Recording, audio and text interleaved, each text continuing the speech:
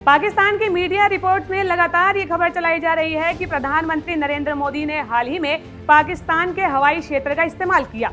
Pakistan civil aviation authority के हवाले से मीडिया रिपोर्ट्स में लगातार ये खबरें चलाई जा रही है कि पोलैंड से लौटते समय भारत के प्रधानमंत्री नरेंद्र मोदी ने पाकिस्तान के हवाई क्षेत्र का इस्तेमाल किया और ऐसा भी दावा किया जा रहा है कि तकरीबन 46 से 47 मिनट तक वो पाकिस्तान के हवाई क्षेत्र में ही रहे।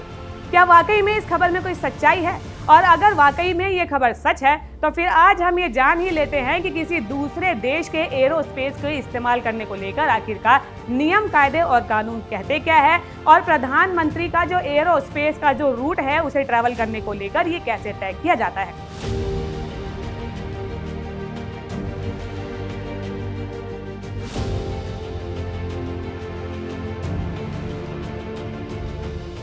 ऐसा दावा किया जा रहा है कि प्रधानमंत्री नरेंद्र मोदी ने पोलैंड से लौटते समय पाकिस्तान के एयर स्पेस का इस्तेमाल किया। पाकिस्तानी मीडिया हाउस ने वहां की सिविल एविएशन अथॉरिटी के अधिकारी के हवाले से इसकी जानकारी दी है और अगर रिपोर्ट्स की माने तो प्रधानमंत्री मोदी 46 मिनट तक पाकिस्तान के एयर स्पेस में थे। उनका विमान लाहौर और इस्लामाबाद से होते हुए अमृतसर पहुंचा था। एक न्यूज चैनल की रिपोर्ट के मुताबिक उनके विमान ने 10:15 पर पाकिस्तान के एयर स्पेस में एंट्री की और वो 11:01 तक रहा।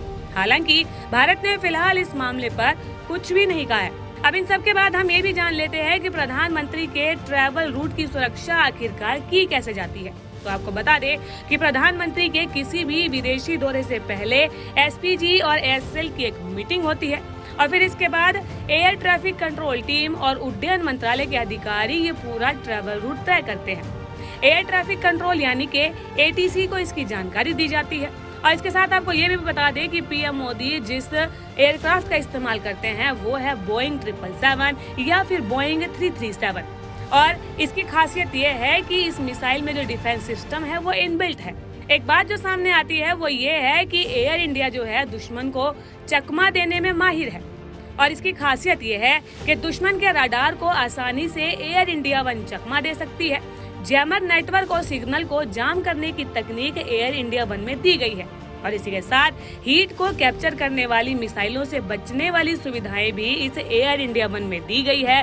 और सबसे बड़ी बात तो यह है कि इस विमान में ये खूबियां ऑटोमेटिक तरीके से काम करती है। ये पूरी खबर के बारे में हमने आपको बताया, लेकिन इसके साथ एक अहम जानकारी तो ये भी है कि 2019 में जब बालाकोट में भारत के द्वारा एयर स्ट्राइक किया गया था तब पाकिस्तान ने वहां पर भारत के एरोस्पेस में जो है एंट्री बंद कर दी थी और इसे लेकर भी जानकारी आप जान ही लीजिए। जब भारत के लिए पाकिस्तान ने बंद कर दिया था एयर स्पेस, आपको ये बता दें कि 26 फरवरी साल 2019 को पाकिस्तान के बालाकोट में हुई एयर स्ट्राइक के बाद हवाई क्षेत्र को भारत के लिए बंद कर दिया गया था। हालांकि मार्च में आंशिक रूप से खोला जरूर गया था, लेकिन एयर स्पेस भारतीय उड़ानों के लिए यहाँ पर प्रतिबंधित ही रहा। तो वहीं एक चैनल ने यह दावा किया था कि साल 2019 में भारत ने पीएम मोदी के विमान के लिए पाकिस्तान के एयर स्पेस को इस्तेमाल करने की परमिशन मांगी थी। इसे कश्मीर विवाद की वजह से पाकिस्तान ने खारिज कर दिया था और ऐसा भी दावा किया जा रहा है कि प्रधानमंत्री मोदी के विमान को जर्मनी जाने के लिए पाकिस्तान के एयर स्पेस की जरूरत थी। हालांकि 2 साल के बाद पाकिस्तान ने भारतीय प्रधानमंत्री की नॉन स्टॉप उड़ान को अमेरिका जाने के लिए अपने हवाई क्षेत्र से गुजरने की अनुमति दे दी थी।